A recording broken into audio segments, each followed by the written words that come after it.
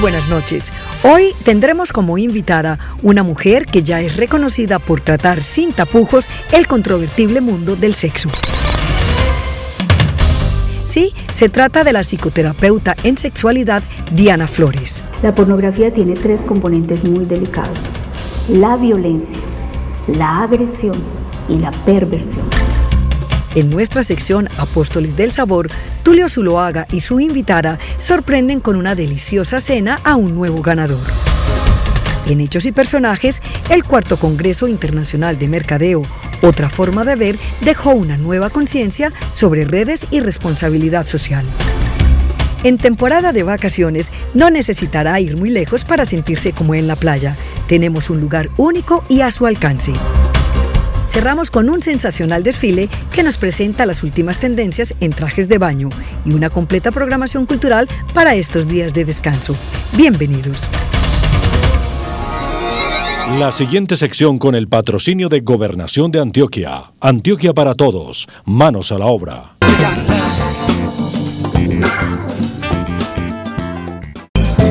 Esta dulce y extrovertida mujer, enamorada de la psicoterapia sexual y de la psicología, nos contó que una de sus grandes aficiones es el boxeo. Hablamos de su vida y de ese tema erótico que para algunos todavía es tabú. Muy buenas noches, doctora Diana. Hoy tenemos una doctora para hablar de un tema muy especial que le gusta mucho a los seres humanos, ¿no? Porque además es una función muy especial. Vamos a hablar de sexo. Bueno, o no tanto de sexo. Ella es quien habla de sexo. Tiene varios programas en nuestra televisión y yo creo que le hacen cualquier tipo de pregunta y cualquier tipo de propuesta, dice ella. Muchísimas gracias. No, primero me siento muy privilegiada de estar contigo acá para que podamos generar la cultura de la salud sexual. Ese es mi objetivo, poder enseñarle a las personas a que hablar de sexo es muy sencillo y que es muy necesario, es muy placentero. Y necesitamos empezar a cambiar el pensamiento que hay de taparlo, de ocultarlo, de tenerle miedo, de verlo como un pecado y tomarlo como un tema muy natural. Cuando uno la ve en televisión parece que estuviera hablando de confites. Sí. Eso es fluidito.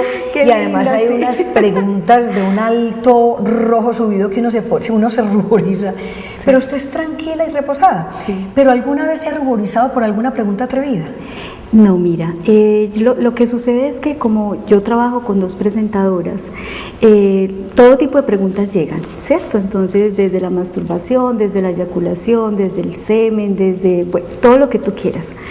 Y a ellas a veces cuando van a leer las preguntas me dicen: ay Diana, ¿será que yo sí leo esta pregunta? Me da como pena leerla. Y yo: no, léala tranquila que yo la respondo. Usted léala tal cual está ahí textual, que tranquila que yo me encargo de poder hacer la respuesta como es. Claro, y uno ve efectivamente eso, mucha fluidez. Pero para llegar a esa fluidez ha habido un largo trecho y largo camino. Sí. Y para tener, digamos que esa franqueza y desparpajo, diría yo, porque tiene un desparpajo profesional y es una maravilla cuando uno la oye conversar, ahí ha recorrido mucho y adquirido seguridad. Y me imagino que no ha sido tan fácil. Bueno, mira, la historia es brava. Yo pienso que primero ser mujer. Es difícil ser mujer en nuestro medio para hablar de este tema, porque llegan las propuestas de toda clase, las llamadas de toda clase, y te cuento algo muy curioso. Todos los días tengo un masturbador compulsivo que llama, siempre llama y algún tipo de mensaje tiene que dejar. Y lo otro es, pues obviamente algunas personas les da muy duro, entonces obvio me escriben desde su religión, se molestan, desde su filosofía de vida, y yo comprendo perfectamente eso y siempre le digo a las personas: pongamos a Dios a un lado, porque no es justo tampoco que pongamos a rezar el rosario para tener un orgasmo, por ejemplo, que eso sucede mucho, o a la Virgen María para no estar embarazada, que también me cuestiona mucho que manejemos esa magia con la religión. Y lo otro es que son filosofías de vida totalmente respetables, que lo que quieren es aportar a que la gente se porte bien, a que sean responsables con su cuerpo, y pienso que esa también es una de las misiones que tenemos para hablar de educación sexual. Cuando uno tiene, digamos, esta facilidad y tiene este conocimiento para hablar de sexo, digámoslo así, como el psicólogo aplica igual, o sea, usted ha adquirido en su recorrido de vida también esa tranquilidad y esa forma para enfrentar el sexo. Porque como nosotros somos mujeres colombianas en un medio machista, Pues a pesar de que usted lo hable bien, lo hable muy bien, pues una pregunta atrevida, lo hace muy bien. No, mira, a mí me gusta y me encanta tu pregunta por lo siguiente. Cuando nosotros empezamos a hacer la especialización y a estudiar, empezamos aproximadamente 45 personas y terminamos 14.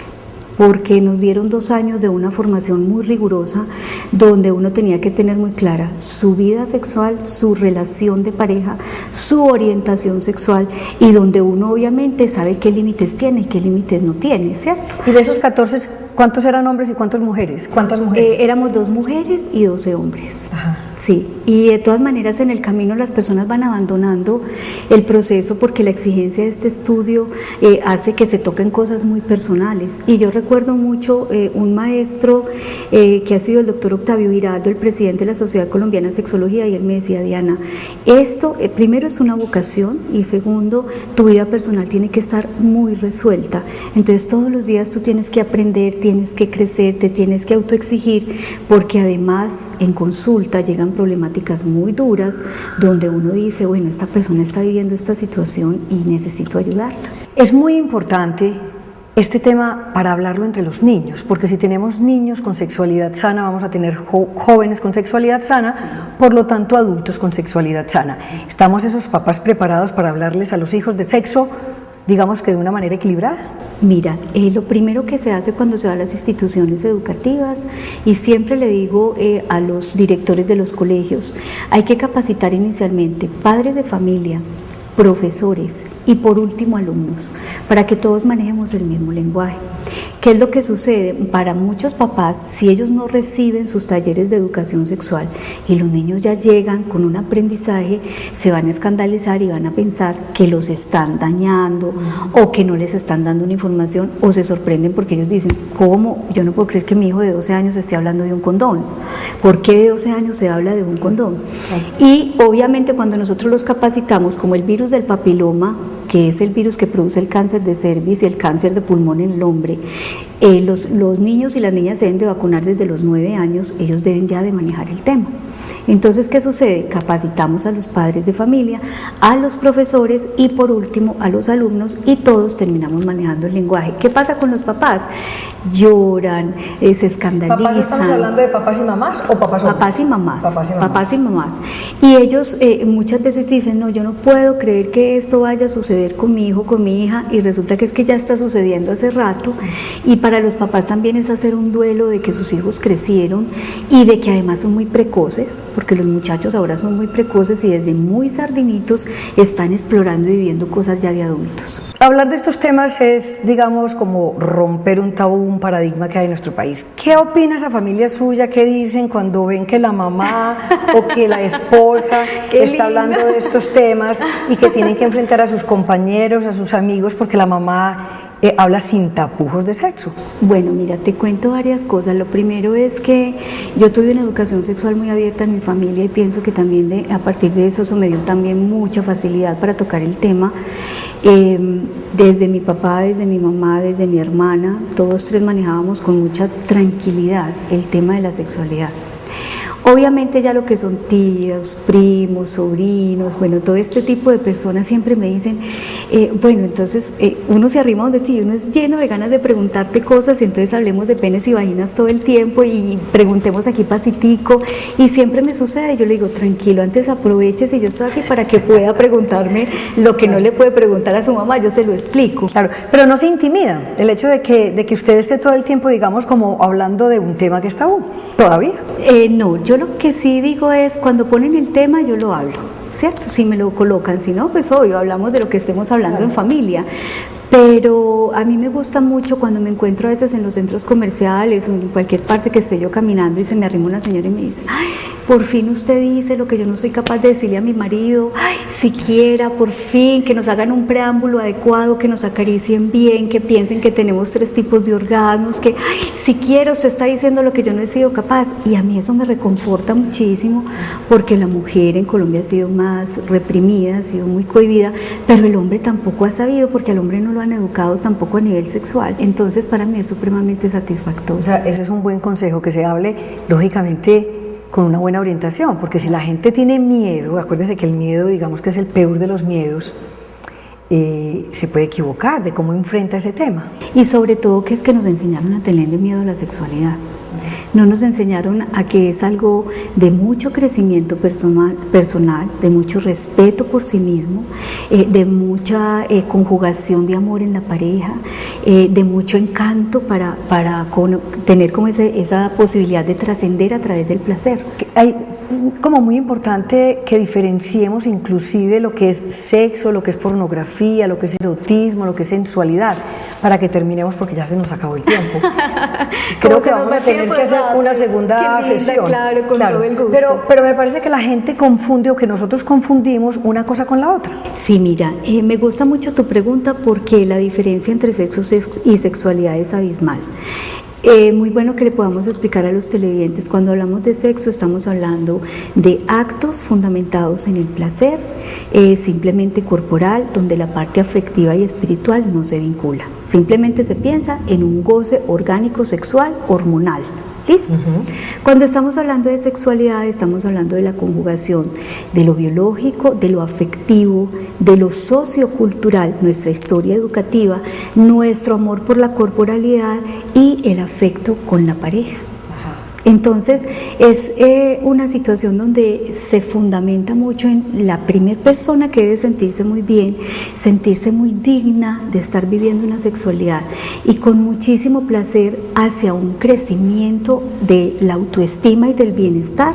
Y siempre lo digo, la sexualidad es para sentirse muy bien y crecer como seres humanos. Bueno, y una rápida diferenciación entre sensualidad, erotismo y pornografía. Bueno, mira, la sensualidad es la capacidad que tenemos los seres humanos de expresarnos para generar erotismo en el otro. El erotismo es la capacidad de percibir la sensualidad que me está coqueteando. ¿Listo? Y la pornografía, te cuento algo muy delicado. Cuando las personas me hablan de pornografía, les digo, ojo, la pornografía tiene 3 componentes muy delicados: la violencia, la agresión y la perversión. Entonces, cuando me dicen estoy metido en internet, me estoy volviendo adicto a la pornografía, gozo con la pornografía, está desarrollando 3 situaciones psicológicas que deterioran al ser humano: la violencia, la agresión y la perversión. Bueno, yo creo que ese tema se va a tener que ampliar en una segunda oportunidad, en un segundo episodio. Muchísimas gracias, doctora Diana. Un encuentro delicioso. Ya sabremos más de usted en la próxima oportunidad, claro, en la próxima invitación. Antes a la orden, en lo que gracias. pueda servirte, y te agradezco muchísimo. Me siento muy privilegiada de estar contigo. Muchas gracias. Muchas gracias.